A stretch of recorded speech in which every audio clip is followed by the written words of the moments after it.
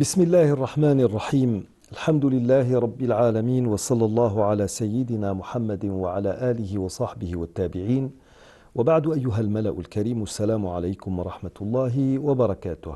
Après avoir parlé de la guerre dans la Bible, du combat dans le Coran, nous arrivons aujourd'hui au mot djihad. Il va non seulement falloir expliquer en quoi consiste le djihad, qui n'est pas du tout un terme péjoratif, et c'est aussi un terme dont il faut s'enorgueillir. Et comprenez bien ce que je vais vous dire dans cette émission. Et en plus, il va falloir faire la différence entre djihad et guerre sainte, al-harb al-muqaddasa, parce que beaucoup d'auteurs musulmans, pensant bien faire, traduisent le mot djihad par guerre sainte, rejoignant ainsi un état d'esprit qui n'est pas du tout celui de Dieu ou de l'islam. Il n'y a pas de guerre sainte. Dieu n'a pas fait du fait de rompre la vie à quelqu'un quelque chose qui puisse être frappé de sainteté. Ça ne peut pas exister.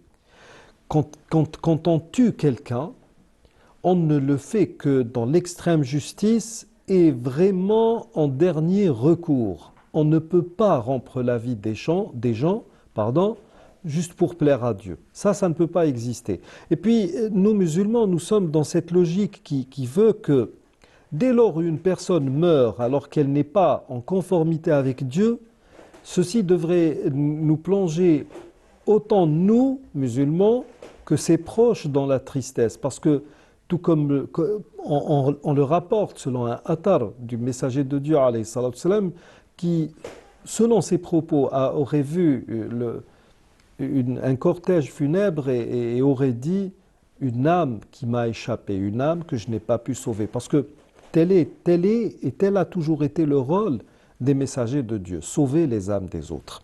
Alors, quand nous parlons du djihad, si vous lisez le Coran, le mot djihad va revenir à plusieurs reprises dans bon nombre de versets et va précéder, et le djihad par le don, le djihad par la contribution, par l'aumône va précéder le djihad qui consiste à donner sa vie pour son idéal, pour sa patrie ou pour quelque chose de noble et de juste.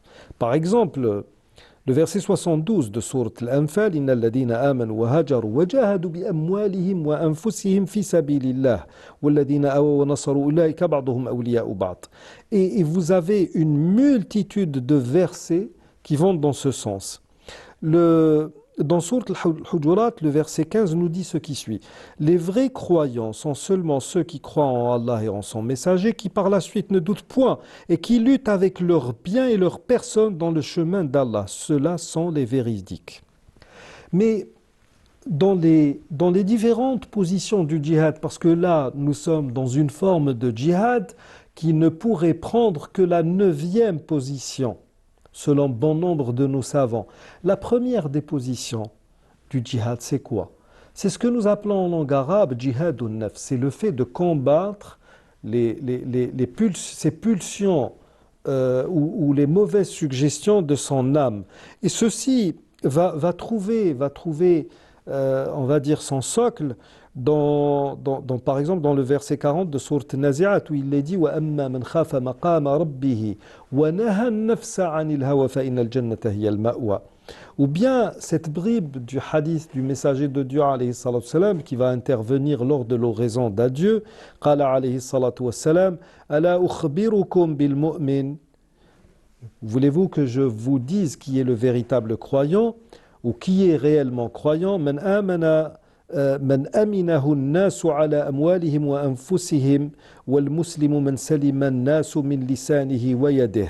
Donc le véritable croyant, c'est celui dont les gens n'ont aucune crainte quant à leurs biens et leur personne, et c'est celui qui en aucun cas ne peut médire des gens. Donc les gens n'ont pas aussi à craindre pour leur notoriété ou pour leur honneur. وَالْمُجَاهِدُ مَنْ جَاهَدَ نَفْسَهُ فِي طَاعَةِ اللَّهِ. Le vrai mujahid, c'est celui qui combat son âme dans l'adoration de Dieu, dans la soumission à Dieu. Le vrai, véritable exilé, c'est celui qui s'est éloigné des fautes et des méfaits. Le jihad nafs,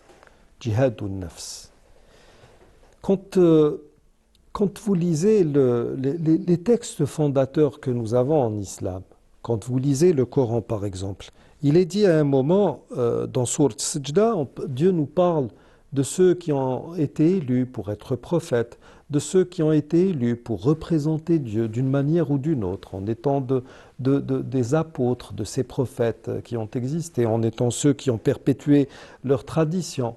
وَجَعَلْنَا مِنْهُمْ أَئِمَّةً يَهْدُونَ بِأَمْرِنَا لَمَّا صَبَرُوا وَكَانُوا بِآيَاتِنَا يُوقِنُونَ. Et nous avons désigné parmi eux des dirigeants qui guidaient les gens par notre ordre aussi longtemps qu'ils ont duré et croyaient fermement en nos versets.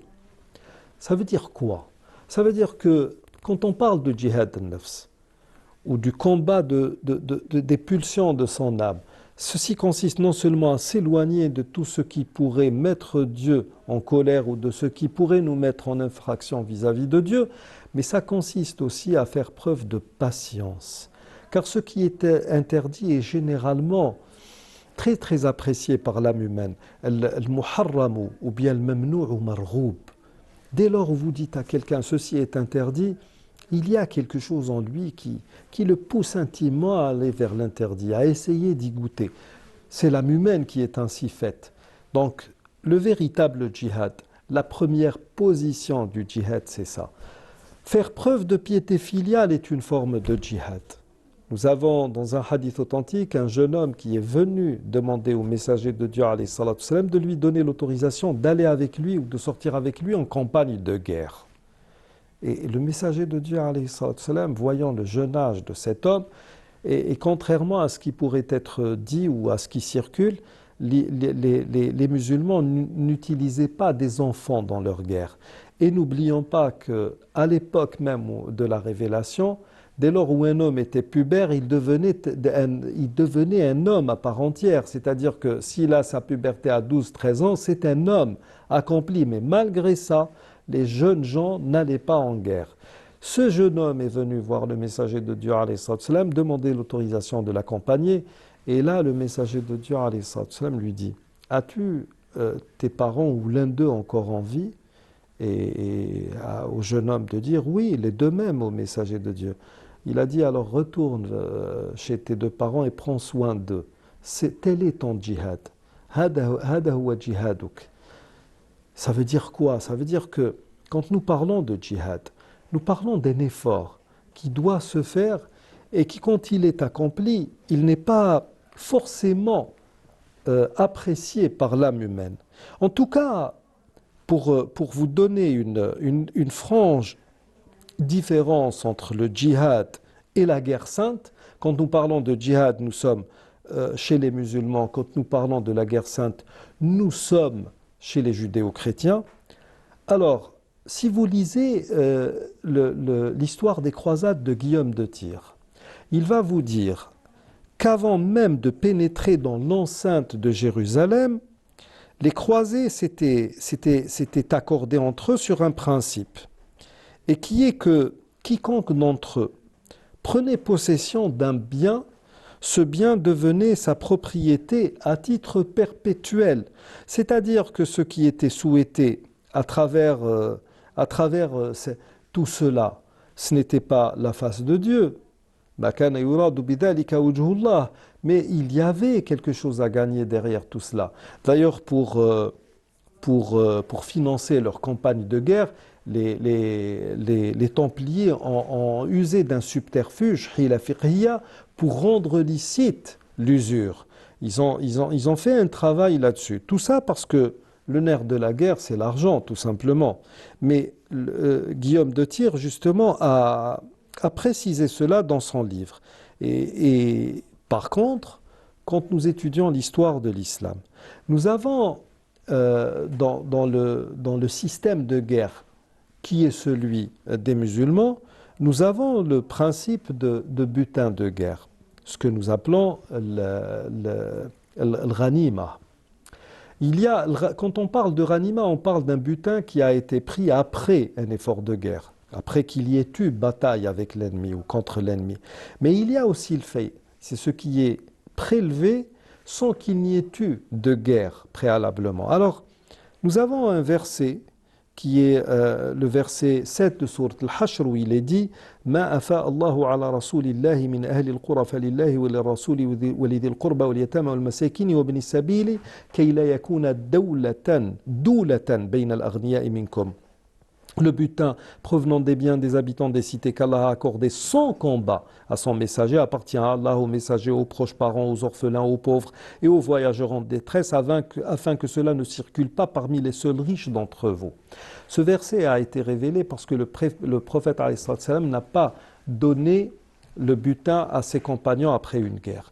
Il l'a partagé entre les pauvres. Et après cela, sous le califat de Omar ibn al-Khattab, il n'a pas voulu, comme nous l'avons déjà précisé auparavant, il n'a pas voulu partager le cinquième ou donner le cinquième aux combattants. Il n'a pas voulu partager le khumous, ce qu'on appelait Ard Sawad, une terre très très fertile. Et il s'est appuyé justement sur ce verset, indiquant qu'on pouvait user autrement de ce butin. Et il a utilisé les versets de Sourate Al-Hashr. Il appartient, en parlant du butin, aux émigrés besogneux qui ont été expulsés de leur demeure et de leurs biens, tandis qu'ils cherchaient une grâce et un agrément d'Allah et qu'ils portaient secours à la cause d'Allah et à son messager. Ceux-là sont les véridiques. Ensuite, il appartient également à ceux qui, avant eux, se sont installés dans le pays et dans la foi et qui aiment ceux qui émigrent vers eux et ne ressentent dans leur cœur aucune envie pour les émigrés qu'ils ont reçus chez eux et qui les préfèrent à eux-mêmes, même s'il y a pénurie chez eux. Ensuite, il s'appuie sur le verset 10 qui dit et il appartient à ceux qui sont venus après eux en disant Seigneur pardonne-nous ainsi qu'à nos frères qui nous ont précédés dans la foi. Donc Omar ibn al-Khattab s'est dit plutôt que de rendre ces terres comme une sorte de bien appartenant à une caste et former ainsi une caste au sein même de la communauté de l'islam, je préfère les laisser à tout le monde et viendra le jour où le berger, où toute personne pourra jouir de l'usufruit de ces terres. Et c'est à partir de là que ce verset a été abrogé par Omar ibn al-Khattab, ce qui indique que très très tôt dans l'histoire de l'islam, l'appât du gain ou bien le butin, le fait de s'accaparer les biens de l'autre suite à un combat n'a jamais été la vocation des musulmans ou bien le but recherché à travers les différentes futuhat, ces ouvertures qui ont été à la base de l'expansion de cette religion. Nous arrivons au terme de cette émission. Je vous remercie de l'avoir suivi. Assalamu alaikum wa rahmatullahi wa barakatuh.